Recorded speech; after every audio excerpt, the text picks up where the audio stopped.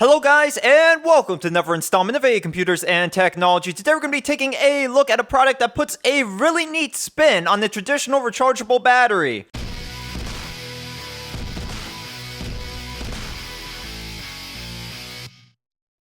In my hands, I have two Monoprice 1.2 volt, 1200 milliamp hours. They're not really 1200 milliamp hours.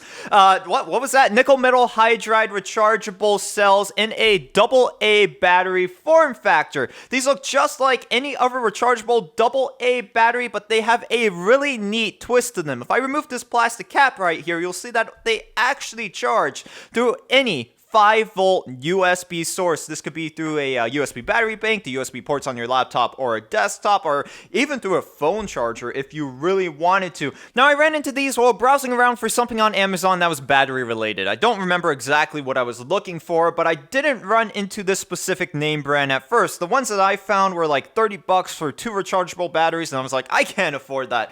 So I was really interested in the concept, so I went back to Amazon, typed in, I think, USB rechargeable batteries or something along the lines of that search term, and I found these for $6. These are the cheapest ones on Amazon currently, and these are actually the cheapest ones I could find all around. So I searched eBay and the internet in general. So these Monoprice cells are the cheapest ones on the market as far as I'm concerned. Now, real quick, I'm just going to present two scenarios where I thought this concept would be really pragmatic. The first one is in PC peripherals such as a wireless keyboard or wireless mouse, especially if you're on the go. You don't want to carry around a big bulky battery charger, and you also don't want to worry about your alkaline cell dying. Well, you just use these, because if it's a PC peripheral, you're always going to have a USB port nearby, and that's how these charge, of course. So you never have to worry about your batteries dying again and not being able to recharge them or replace them. With this, you don't have to carry around a bulky charger, and once again, these are rechargeable, so if they die, plug them into your USB port, wait an hour, bam, done, you're back in business. And the second situation where I think these are really going to shine is in game controllers. In this case, the wireless Xbox 360 controllers. Whenever I go over to a relative's house, the batteries in my controllers decide to die. And of course, we don't have any other batteries around. Now, you could take, standard rechargeable batteries with you, but then you have to take that bulky charger too. With these, you don't have to worry about that, because if they die, you just plug them into the USB ports on your desktop, laptop, or in this case, even Xbox 360 for an hour, and you're ready to go again. Let me give you a quick demo on how to use these and how they actually work. Everything here is going to be pretty straightforward and fairly obvious. To charge these up, you're going to remove the plastic cap on the top, which is held to the battery by an elastic band, which I will get to in a minute, but it is kind of scary removing this cap because there is a lot of tension in that elastic band. Once again, I'll talk about that in the cons section of this video.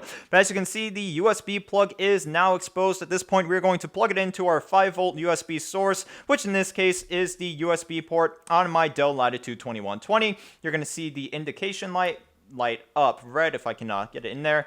There we go. And once again, be careful with that cap. Make sure you have it pulled back and it's not actually going to snap off when you remove the device. As you can see, the battery has finished charging as indicated by that nice blue hue coming from that LED. It's very bright. I mean, this could be a nightlight bright. Very, very bright LED right there. So I'm just going to remove the battery right now. We're going to check the voltage. It should be sitting at 1.3 volts. So I have my multimeter right here, and we're just going to probe it real quick. There we go. So fully charged, the battery is sitting idle at 1.35 volts, and I have a cell right here that's been sitting here for a while. I charged this up last night. It's been sitting around all morning. So this one should be around the same voltage. Yeah, right there, 1.32 volts. So far, this looks like a really cool concept, which is super easy to use, but now it's time to get to the drawbacks. The first major one I want to talk about is this little elastic band on the battery holding the cap in place. Now, you don't actually need this. You could actually cut this and the battery would still work, but you chance losing the cap, and chances are, if you're like me, you probably would end up losing the cap. But there is a lot of tension when you remove and replace the cap back onto the battery. As you can see, is stretching out pretty far. It takes a lot of force to get the cap off, and I feel like this is definitely going to be the first thing that breaks on this battery. The second drawback that I want to talk about right now is the fact that these get pretty hot while charging. So not really sure how good that's going to be for these cells in the long run. These are actually advertised to last 500 cycles. I mean, I can't really comment as far as longevity is concerned. I've only had these for a little over a week, and I've only discharged them and recharged them through, I think, it's been about 5 cycles at this point. So yeah, they've lasted through 5 cycles, but I'm not really sure if they're going to last through all 500 because that charging circuit and just the whole battery in general gets really hot when it's plugged into a USB port. The last major drawback that I want to mention is the fact that I don't think these are even close to that 1200 milliamp hour rating. So on the website, on the product page on Amazon, these are advertised as 1450 milliamp hour 1.2 volt cells, where you can see immediately that these are labeled as 1200 milliamp hour cells. So already that's kind of fishy. And then when you drain these all the way and recharge them through a 500 milliamp hour or 500 milliamp USB source, it only takes a little over an hour to charge, so that's also saying right there it should take a little over 2 hours to charge. But this testing I'm about to do is going to prove that these really aren't close to that 1200 milliamp hour rating. And I'm going to say this a couple of times throughout the testing, but this is a really crude test, but it still indicates that these are closer to the range of about 500 milliamp hours, maybe a little bit more, maybe around 800 milliamp hours. And I removed the covering of this battery to see if the cells themselves were actually labeled with a capacity rating, and they are not, unfortunately. But this does give you a closer look at the cell. You can see that there is one tab soldered onto the side. I don't even think it's soldered. I think it's just like glued down or something like that. And that is so that the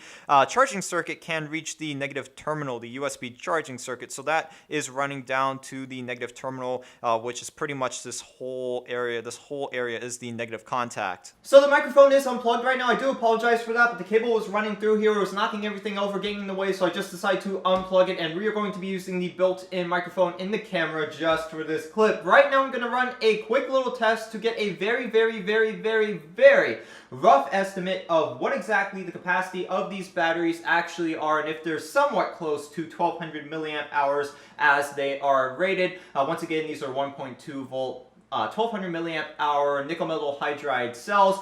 Through this method, I'm hoping to get a reading of at least 800 to 900 milliamp hours. Once again, this is a very rough estimate, but I did want to do something that would give us a general idea of what exactly the capacity of these are. So right here, I have this nice pink little flashlight. What I'm going to do is put both of these into the flashlight and see how long it takes for them to run out. Inside the flashlight, they're going to be sitting on top of each other in series, so that's going to be around 2.4 volts. So at 2.4 volts, the bulb in this flashlight consumes roughly about 250 milliamps. So there we go. And my power supply is reading 250 milliamps of current draw right now at 2.4 volts. All right, so we are starting at 3:38, and I'm hoping to get at least 3.5 hours of power out of these batteries.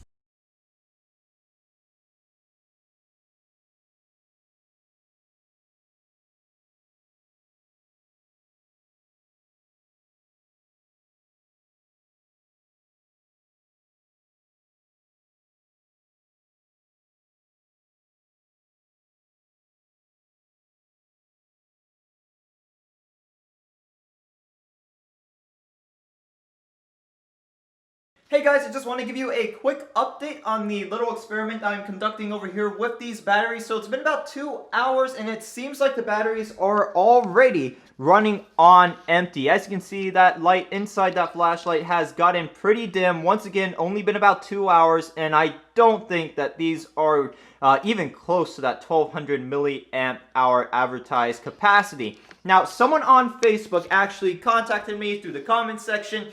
They said that they had also tested these out, and they got a reading of around 500 milliamp hours, and that's also what I am getting close to as well. So these cells seem to be rated closer to 500 milliamp hours, not the advertised 1200 milliamp hours as it says on the side of the battery.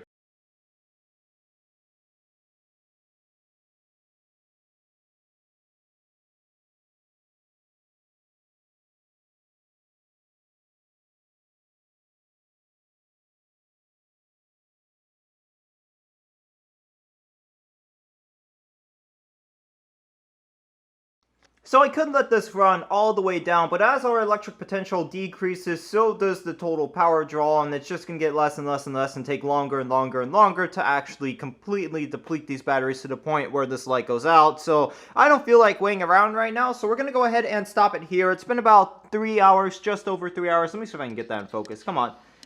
There we go. So 3 hours and 11 minutes to be exact. We are stopping the footage now. And I'm going to pull the batteries out of the flashlight to see what their voltages are right now.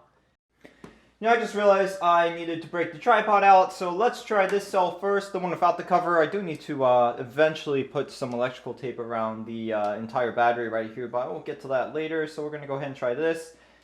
And wow, what? No way. Now I took a closer look into the case of the flashlight to make sure that there was nothing that could have been shorting out against the outside of this battery, because as you remember, I removed the plastic coating to take a look at what was under it, and therefore this whole contact area is exposed, and sure enough, there was nothing in the flashlight that could have been doing that. So this one has been completely depleted solely by the flashlight itself, or the light bulb in the flashlight, I should say. And currently, it has recovered a little bit. We're sitting around 0.8 volts. So this one is completely dead. This one has a little bit juice left in it, but it's also getting close to that point where it's nearly depleted. So yeah, I would have to say that these are definitely closer to that 500 milliamp hour figure than the 1200 milliamp hour advertised capacity. And just to give you a general idea of how long they're going to last in a low current device, I have my M235 out right here. I had one in it all week and I had no problems with it. By the end of the week, it was sitting at 1.23 volts. So yeah, still a bit of life left in it. I could probably manage to get 2.5 weeks out of one cell. This new take on the traditional rechargeable battery is definitely really cool, but some of the executional aspects are definitely lacking, such as the capacity and the design when it comes to this really sketchy elastic band. As I said earlier in the video, these are some of the cheaper cells on the market. If I bought something more expensive, they probably wouldn't have as many drawbacks, and I think that is something I'm going to do in the future. We might have a USB rechargeable battery showdown, might buy a couple different brands and see which ones last the longest, and then get back to you guys about that. So that might make a really neat video in the future, but as far as this video is concerned, that is going to be about it. If you have any questions, comments, or concerns, you can go ahead and post a comment in the comment section. Don't forget, the link for these will be in the description if you want to check them out on Amazon. If you like this video, go ahead and drop a like. If you didn't like it, please tell me why. And of course, please do not forget to subscribe to my YouTube channel. If you want to support me, you can use my Amazon and eBay affiliate links, both of which will be in the description. And I also have a Patreon if you want to check that out. Am I forgetting anything? Because I usually do at this point. Yeah, don't forget to check out the Facebook page. Almost forgot that. So that's going to be about it for this video. Thanks for watching, guys, and I will see you in the next installment of A Computers and Technology.